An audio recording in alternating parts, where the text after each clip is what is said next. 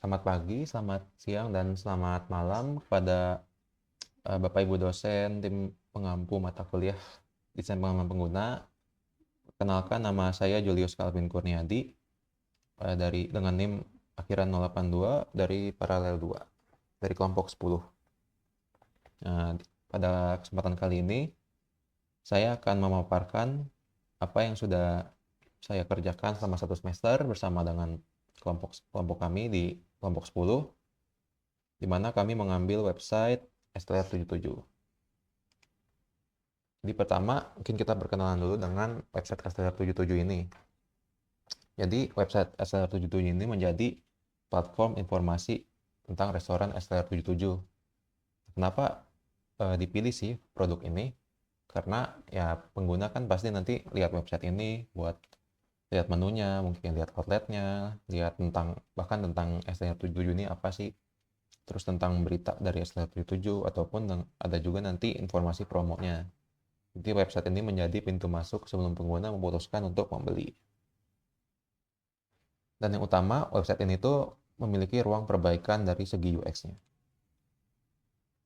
Jadi pertama, di sini tuh tasnya melihat-lihat menu yang saya ambil. Jadi bisa lihat di sini, mungkin untuk proses melihat menunya seperti apa. Jadi user bakal scroll, geser-geser gambarnya, atau bisa juga dari panahnya tuh diklik, dan juga nanti bakal ngeklik gambar buku restorannya, nanti bakal dibuka. Nah, bakal muncul menu lengkapnya seperti itu. Jadi proses eh, tujuan awalnya itu sebenarnya buat budgeting dan juga memastikan ketersediaan makanan sesuai preferensi. Dan juga perangkat dan lingkungannya di rumah atau kantor menggunakan PC atau laptop. Tujuan tasnya tentu saja untuk menemukan variasi menu dengan harga dengan cepat. Itu tujuan utamanya itu. Buat tujuan sekunderinya atau tujuan lengkapnya, ya untuk melihat visualisasi produk, memastikan tampilan makanan mengurus selera dan sesuai ekspektasi. Juga melakukan estimasi biaya atau budgeting, dan juga mengecek ketersediaan menu spesifik atau menu baru gitu. Sebelum masuk ke proses ideation atau proses testing dan proses lain-lainnya, pertama harus ditentukan dulu nih usability dan juga UX goals-nya. Pertama, usability goals-nya itu harus effective to use, efficient to use, dan easy to learn. Tentu saja karena user kan pengen mencari harga menu, mencari variasi menu dengan efektif, efisien, dan juga mungkin jika user akan kembali ke website itu untuk melihat-lihat lagi menunya, maka user kan berekspektasi bisa menemukan dengan cepat karena website itu easy to learn. Maka UX goals-nya itu harus usable, desirable, useful, dan juga accessible. Nah, sumbernya ini dari sini. Risikonya jika usability dan UX goals-nya ini tidak terpenuhi, maka user akan menutup website-nya karena bakal frustrasi, dan juga ya STR77 bakal kehilangan pelanggan yang potensial. Selanjutnya di sini kita masuk ke bagian wawancara awal dan testing awal untuk melihat apakah masalah yang menjadi hipotesis saya itu sesuaikah, benarkah. Nah, caranya adalah dengan melakukan task-based usability testing dengan dipandu dengan interview yang directed. Sini responden yang saya ambil ada 3. Pertama, seorang ibu rumah tangga berusia 51 tahun. Skenarionya ya merencanakan makan keluarga misalnya gitu. Ada juga pegawai swasta berusia 55 tahun dengan skenario memastikan harga untuk budgeting. Juga seorang mahasiswa berusia 20 tahun dengan skenarionya itu mengeksplorasi kilat variasi menu. Jadi untuk task-based usability testing ini kita berfokus untuk mengobservasi interaksi dan perilaku pengguna di lingkungan laptop. Juga objektif utamanya itu mengidentifikasi nih hambatan navigasi dan juga evaluasi interaction cost. Sedangkan directed interviews fokusnya itu eksplorasi respons emosional, dan juga objektifnya itu kita gali mental model dari pengguna terhadap kelengkapan menu, ekspektasi mereka, dan juga visibilitas harganya. Selanjutnya dipetakan juga nih empathy map-nya. Empathy map-nya Ada 6 dimensi: hear, think and feel, see, say and do, pains, gains. Oke, mungkin di sini yang terlihat berbedanya itu di bagian say and do-nya. Karena untuk yang berumah tangga nih mengira tuh menunya cuman itu-itu aja, karena terus menggeser menu kiri kanan tanpa menemukan menu lengkapnya. Akhirnya menyerah. Terus untuk yang pegawai swasta mengeluhkan tulisan menunya yang kurang terlihat, dan juga menu lengkapnya tuh di PDF semua, ribet gitu, harus download, harus pindah tab. Nah, untuk yang ini ya, mahasiswa yang ketiga juga sama keluhannya, jadi kontras teksnya tuh buruk gitu. Nah, dari empathy map yang sudah saya susun, saya masuk ke customer journey map-nya. Di sini tuh yang menjadi fokus utama saya tuh emotionsnya, terutama di beberapa fase gitu. Dan juga ada pain point-nya nih yang saya catat dari hasil wawancara. Jadi untuk responden pertama nih, emosi senangnya itu ketika membuka website dan juga berhasil menemukan page menunya. Lalu untuk emosi terendahnya itu pada critical moment, di mana responden pertama ini terus menggeser gambar untuk mencari daftar menu lengkap dan harga, tapi nggak ketemu. Akhirnya menyerah. Untuk responden kedua, emosi terendahnya juga di bagian during dan juga di critical moment. Bagian during itu karena geser-geser menunya satu persatu, dan bahkan mencoba ngeklik gambar menu berkali-kali untuk munculin harganya. Untuk critical momentnya itu ketika berhasil nemu PDF-nya, terus buka PDF-nya buat lihat menu, tapi ternyata harus ngezoom kan. Teksnya tuh kecil dan juga harus catat harganya secara manual. Untuk responden ketiga, ini juga kurang lebih sama, tapi untuk perbedaannya tuh di critical momentnya, si responden ketiga ini nemuin dua PDF, jadi harus ngebandingin dua PDF, ternyata isinya sama. Oke, dari empathy map dan juga customer journey map, saya menemukan pola masalah yang berulang. Pertama itu, 3 dari 3 user itu kesulitan menemukan daftar menu lengkap dan harga tiap menu. Juga kebingungan nih, karena tampilan menunya itu berbentuk carousel gambar yang harus digeser satu persatu. Terus 2 dari 3 user mengira tuh menu yang tersedia hanya sedikit. Tadi yang responden pertama sama responden kedua juga sih. Terus 1 dari 3 user gagal menemukan daftar menu lengkap, itu responden pertama. Terus mencoba klik gambar menu, itu responden kedua. Terus juga bingung saat menemukan file PDF, itu responden ketiga. Nah, dari pola masalah yang berulang itu, saya susun top 3 UX priorities. Pertama itu, informasi menu dan harga nggak ditampilin langsung pada laman menu, sehingga pengguna gagal menemukan harga secara langsung dan dipaksa mengunduh PDF. Itu kan berarti meningkatkan interaction cost-nya. Dan juga ini ada Jacobs Law, ada prinsip yang tidak sesuai dengan Jacobs Law. Ini sumbernya dari Nielsen Norman Group. Terus tampilan menu tuh menggunakan carousel menyulitkan eksplorasi karena memaksa pengguna menggeser gambar berulang kali. Yang ketiga, interaksi elemen menu tuh tidak memberikan identifikasi dan feedback yang jelas. Ini melanggar prinsip visibility of system status dari Jacob Nielsen. Nah, ini nih. The design should always keep users informed about what is going on through appropriate feedback within a reasonable amount of time. Jadi ketika user ngeklik sesuatu, ya harusnya ada feedback secepatnya lah. Intinya begitu. Oke, next. Oke, dari tadi yang sudah saya petakan dari empathy, CJM, terus ke top 3 US priorities. Di sini saya bisa menyusun user persona map-nya. Saya sintesis dari 3 user dengan nama personanya nih Adi Santoso, usia 52 tahun, seorang laki-laki, wira swasta yang berlokasi di Bogor, Jawa Barat.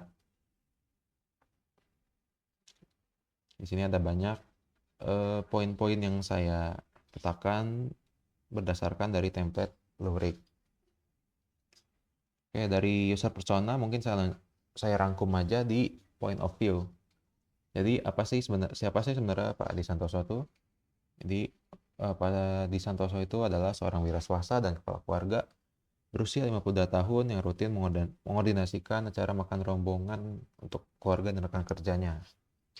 Dan Pak Adi Santoso itu membutuhkan cara untuk mengecek dan memvalidasi daftar menu beserta harganya secara instan di satu layar. Karena Pak Adi Santoso merasa keharusan menggeser gambar satu persatu dan unduh file PDF itu menyulitkan dan menyita waktunya. Jadi ini yang menjadi dasar bagi saya untuk menyusun prototipe nanti. Nah, sebelum masuk ke ideation nanti, di sini, maaf ini harusnya how might we question ya. How might we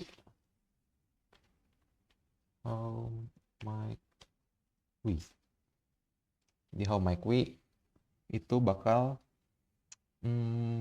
merumuskan pertanyaan-pertanyaan yang menjadi hasil yang diharapkan nanti ketika prototipe itu sudah dibuat. Jadi di sini saya kategorikan jadi terlalu luas, tepat, dan juga terlalu sempit. Jadi pertanyaannya nih dari sini nih, mungkin saya langsung aja ke bagian yang tepatnya. Kenapa dua pertanyaan ini tepat? Karena ya dua pertanyaan ini tuh fokus pada hasil yang diharapkan tanpa menyebutkan fitur UI sama sekali. Nggak kayak yang terlalu sempit nih. Ini udah menjerumus ke fitur UI. Terus juga cakupannya cukup luas, tapi nggak terlalu luas karena masih fokus ke masalah utama pengguna. Nggak seperti yang di bagian sini, di bagian yang pertanyaan terlalu luas. Hingga outcome yang saya pilih itu bagaimana bisa menyajikan informasi menu secara komprehensif. Ini alasan untuk evaluasinya.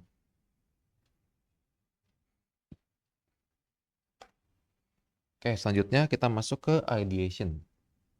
Di sini metode yang saya gunakan adalah 2x2 matriks, di mana ide-ide itu bakal dikelompokin ke 4 kuadran dengan dengan ini saya ambil dari sini template-nya, dari Lurik lagi, dengan ya nama axis-nya ini kan ada banyak nih. Nah yang saya ambil tuh yang bagian visible dan juga positive impact, dan opposite-nya nih not visible sama negative impact.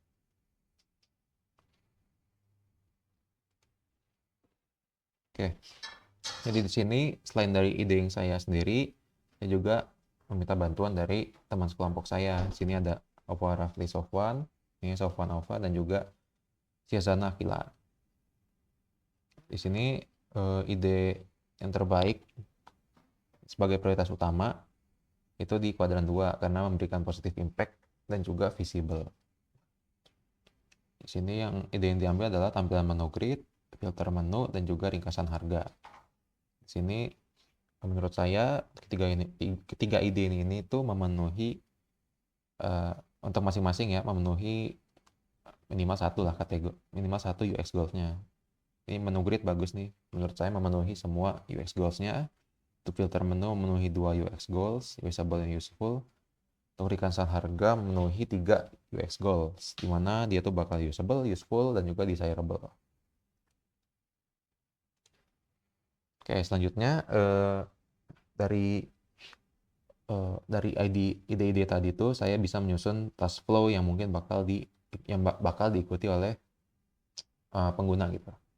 Di pertama, pengguna itu bakal buka websitenya, bakal tekan menu di navbar, terus dia bakal eksplorasi menunya nih dengan cara scroll katalognya, scroll menu-menunya gitu, yang grid itu, atau nanti bisa ngeklik filternya, kategorinya apa.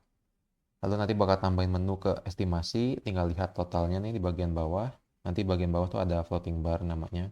Terus tinggal lihat ringkasan total harga estimasi. Oke, ini untuk style guide dan desain sistemnya. Supaya lebih jelas, saya tunjukkan di Figma-nya aja. Di bagian sini. Nah, di pertama, untuk color palette-nya, di sini kita gunakan untuk primary-nya tuh warna hijau yang ini, secondary-nya warna merah, tertiary tuh kuning. Nanti pada penerapannya tuh sebenarnya saya pakai tuh yang G300 sama R300 gitu. Terus untuk tipografinya, pakai font Sans Elia script sama Inter. Terus untuk iconnya tidak terlalu banyak. Di sini saya gunakan logo SLR-nya, terus logo MUI, terus logo sosial media. Terus di sini buttonnya, yang utama nih button yang bakal banyak dipakai itu button yang rectangle ini, warna merah, warna hijau juga. Terus button lainnya tuh yang button non rectangle kayak ini, nanti buat di summary bar. Terus di sini bagian nambah atau kurangin menu di summary bar-nya itu. Terus ini buat nge-close pop-up modal. Sini juga ada filter bar-nya, filter menunya yang active state-nya itu pakai underline kayak gini. Terus sini ada juga bagian footer dan juga bagian navbar. Ini bagian punya teman-teman saya nih. Jika ingin lihat, ya kira-kira sama lah ya. Ini kayak gini juga nih. Tunjuk arah. Ini bagian tas teman-teman saya, seperti itu.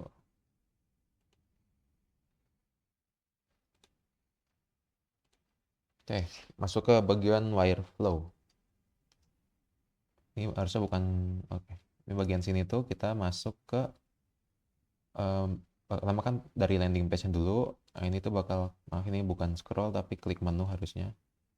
Oke, nanti saya ganti. Oke, jadi pertama bakal klik bagian menu nih, bagian menu di navbar, bakal pindah ke bagian menu. Di sini tuh user bisa ngeklik kategori-kategorinya, nanti bakal istilahnya lompat lah ke satu kategori. Misalnya nih dia klik pisang dan roti, dia lompat ke pisang dan roti. Terus bisa juga user misalnya mau langsung tambah suatu menu nih, misalnya tambah, nanti bakal ada muncul summary bar-nya di bagian bawah sini yang saya bilang tadi. Nah, terus di sini selain itu juga dia bisa lihat detail suatu menu. Ketika diklik nanti bakal muncul modal seperti ini, pop-up modal. Nah, akan ada deskripsi dari menunya itu kayak gimana. Terus bisa di close, bisa juga nambah menu nih langsung dari detail. Nanti bakal muncul lagi summary bar-nya. Nah, selanjutnya ketika sudah ada summary bar, bisa juga diklik nih summary bar-nya. Nanti bakal naik ke atas, set, bakal muncul menu-menu apa aja yang udah ditambahin sama user. Bisa ditambahin, misalnya nih menu 1 ditambahin, jadi ada 2, harganya nambah. Bisa juga dikurangin kuantitas produknya. Misalnya menu 1 dihilangin, set, hilang. Ini bisa juga ditutup, nanti balik lagi ke sini.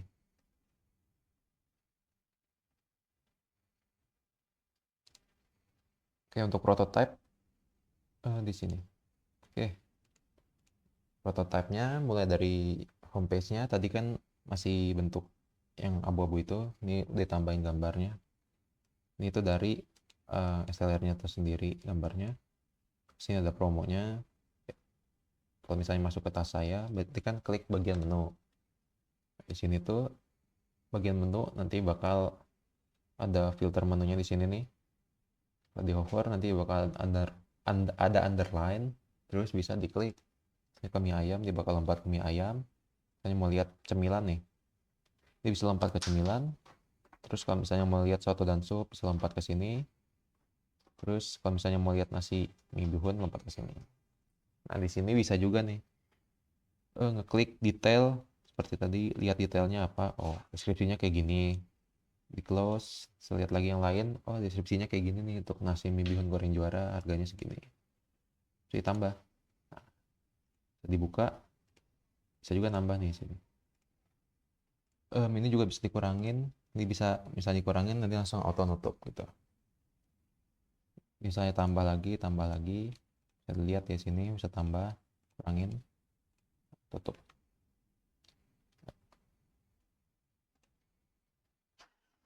Selanjutnya lanjut kita masuk ke bagian testing. Jadi tujuan testingnya itu saya pengen validasi apakah solusi yang saya rancang itu mampu membantu pengguna menemukan informasi menu lebih cepat, memahami harga secara transparan, dan juga melakukan estimasi anggaran secara instan. Terus pertanyaan risetnya tuh, apakah desain grid menu lebih mudah dipindai dibanding carousel, dan juga apakah floating budget summary membantu proses budgeting. Di sini saya gunakan moderated usability testing, di mana saya ingin mengamati perilaku pengguna itu secara langsung, lalu mengidentifikasi hambatan saat tes berlangsung, menggali alasan di balik tindakan pengguna, lalu observasi dan think aloud. Untuk profil partisipannya, partisipan itu berusia 45-55 tahun, dengan kemampuan teknologinya tuh ya pengguna WhatsApp, pengguna media sosial yang kemampuannya tuh tingkat dasar menengah. Jadi nggak yang gaptek banget. Dengan minimal jumlah responden tuh 5, dengan profil itu disesuaikan dengan user persona. Skenario-nya tuh ada 2 misi. Misi pertama tuh saya suruh cari detail menu nasi mie bihun goreng juara. Terus misi kedua tuh saya suruh estimasi harga dengan jumlah masing-masing 2. Lalu periksa hasil akhirnya. Untuk lokasi ya di kediaman masing-masing. Karena tadi kan moderator tapi bisa remote atau in person. Dan juga untuk tanggalnya tuh tanggal 19 sampai 20 Juni selama kurang lebih 5 menit. Device ini pakai adalah laptop. Untuk metrik yang digunakan di sini adalah task success rate, time on task, error rate, sama satisfaction melalui SUS score. Oke, di sini saya menggunakan Maze untuk membantu mengukur metriknya. Untuk reviewnya bisa dilihat di sini.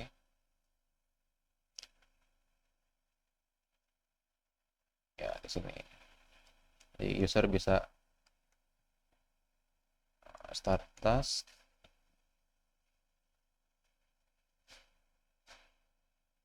Di sini ada 2 skenario, 2 missionnya nih. Start task. Ini tinggal ke menu, terus tadi nasi mie bihun, tinggal lihat detail ini kan, selesai. Ini juga sama, nanti tinggal ikutin aja tasknya. Saya juga tambahin 10 pertanyaan buat menghitung SUS score-nya. Pertanyaan itu model kayak gini. Saya merasa akan sering bla bla bla bla. Terus yang pertanyaan kedua, saya merasa fitur ini rumit digunakan. Ini tuh pakai bagian ini positifnya, positif case, negatif case-nya. Anggapannya kayak gitu. Itu yang ganjil itu yang positifnya, yang negatif tuh yang genap tuh bagian negatifnya. Ada 10. Juga sini saya tambahin pertanyaan gitu. Sebenarnya pertanyaan itu ketika wawancara saya suruh ketik karena ini buat dokumentasi aja. Saya juga catat juga hasil dari think aloud juga, dan juga hasil dari pertanyaan-pertanyaan lain yang saya tanyakan di luar ini gitu. Oke, ini untuk Maze-nya, setupnya seperti ini. Next. Nah, ini hasil dari report back dari Maze-nya tersendiri. Bisa lihat di sini nanti. Oke, saya lanjut aja ke pembahasan yang saya buat sendiri. Oke, dari hasil mission pertama, ternyata 83,3% tuh sukses menyelesaikan misinya. Dengan drop off tuh 16,7%. Ini satu orang drop off. Dan juga yang perlu diperhatikan tuh ternyata misclick rate-nya tuh ternyata masih tinggi. 74,7%. Nah, di sini dilihat heat map-nya. Ternyata bagian filternya ternyata berguna. Karena banyak diklik sama respondennya. Di bagian nasi bihunnya tuh diklik, terus mereka tuh ternyata walaupun tasnya disuruh ini nasi mie bihun goreng juara, mereka ngekliknya tuh tambah. Nah, ketika ternyata detailnya tuh jarang diklik gitu. Jadi yang masih jadi perhatian tuh misclick rate masih tinggi, dan juga nih detailnya kenapa tidak diklik. Yang diklik duluan malah bibin rebus, dan juga ternyata di sini gambarnya tuh diklik sama responden. Banyak yang ngeklik gambarnya. Nah, di sini ini untuk kayak navigation flow-nya gitu. Navigation overview. Ternyata banyak responden yang menyelesaikan melalui indirect gitu. Mereka tadi nambahin dulu nih menu ininya, terus baru lihat detailnya. Nih, ini satu orang doang ya, bahkan yang menyelesaikan secara direct gitu. Satu orang drop off. Ini setelah masuk bagian promo ya, after klik promo dia drop off karena ya mungkin bingung gitu. Nah, hasil mission kedua, ini 2 harusnya.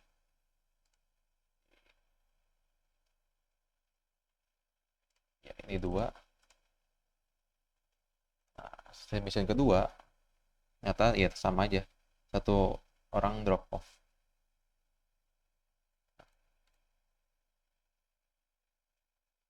sorry, ini duplikat ternyata.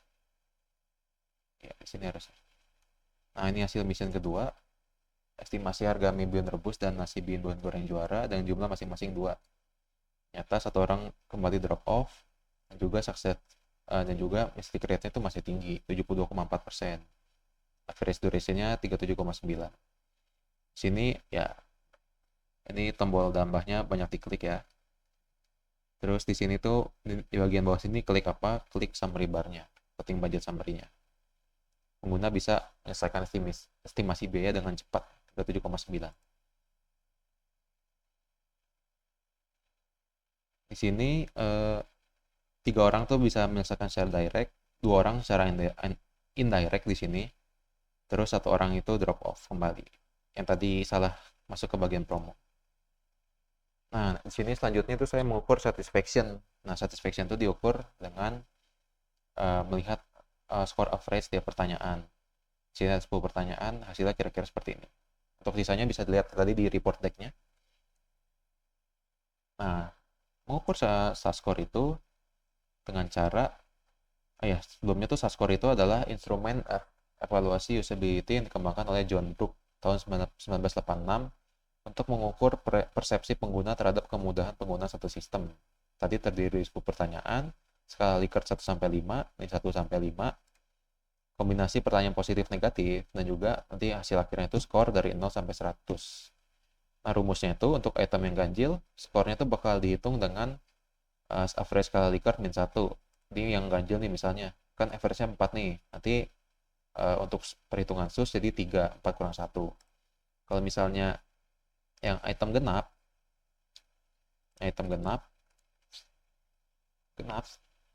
nah bakal dihitungnya tuh dengan cara 5 dikurangin nilainya.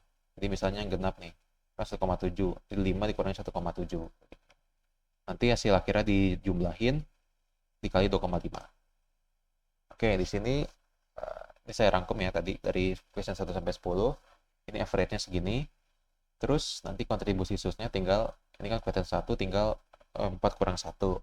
Question 2 yang genap 5 kurang 1,7 dan seterusnya. Totalnya itu 31,8.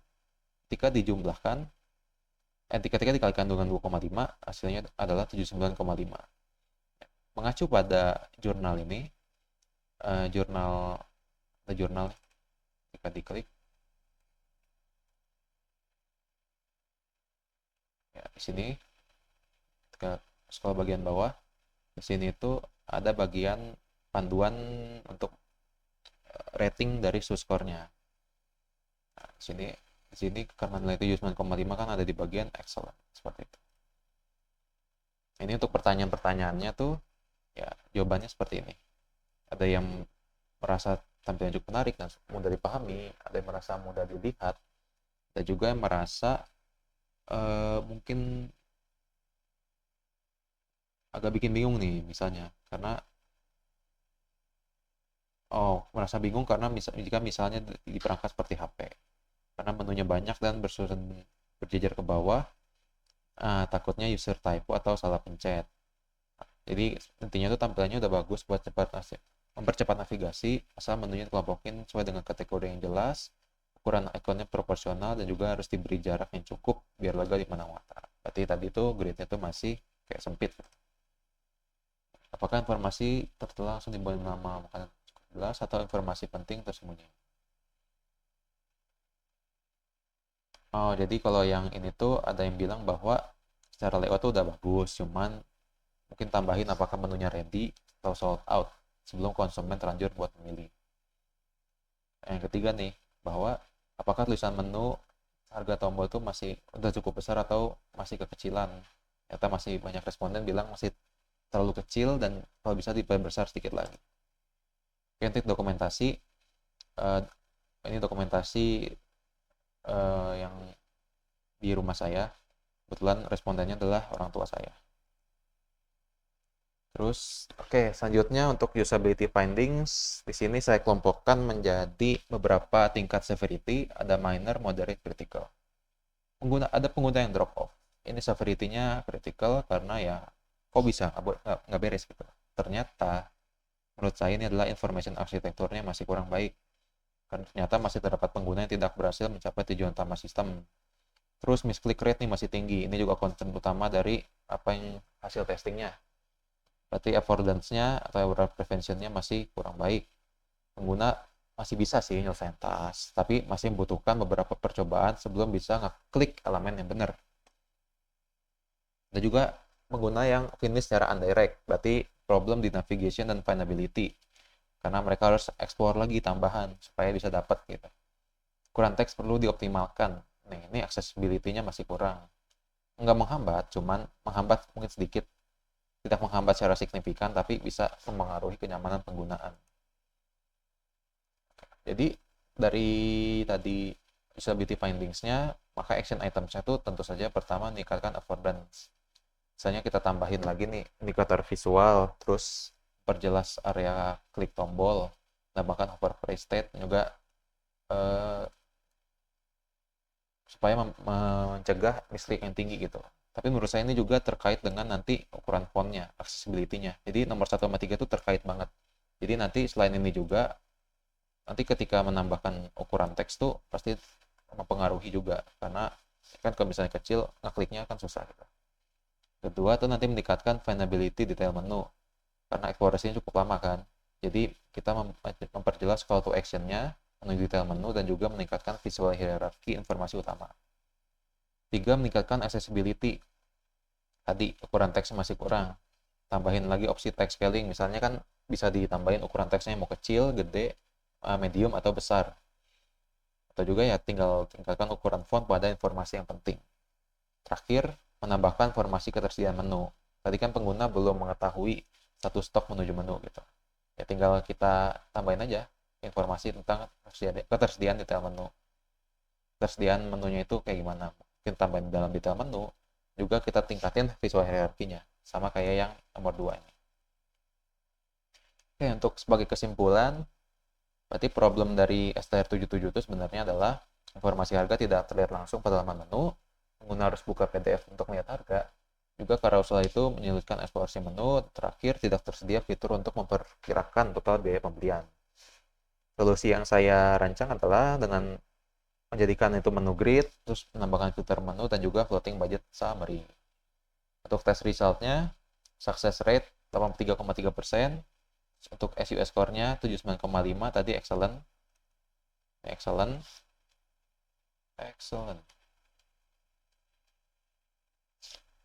Terus mayoritas pengguna tuh merasa penggunaan filter menu tuh mudah dipahami gitu. Filter menu itu membantu, terus fitur budgeting itu membantu memperkirakan pengeluaran.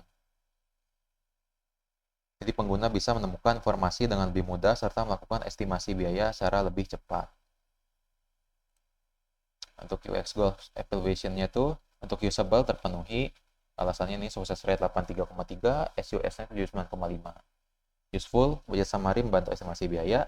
Desirable, responden tuh suka sama tampilan menunya tadi. Layout-nya tuh tadi ada yang bilang kan ideal dengan beberapa perbaikan yang diberikan. Untuk accessible sayangnya masih belum terpenuhi sepenuhnya karena ada masukan terkait ukuran teksnya yang harusnya lebih besar atau disediakan opsi font scaling. Nah, bagi saya ini terakhir ya untuk personal retrospektif atau apa yang sudah saya pelajari. Menurut saya masalah yang dialami pengguna itu seringkali berbeda dengan asumsi awal perancang. Jadi ya wawancara itu penting itu gitu.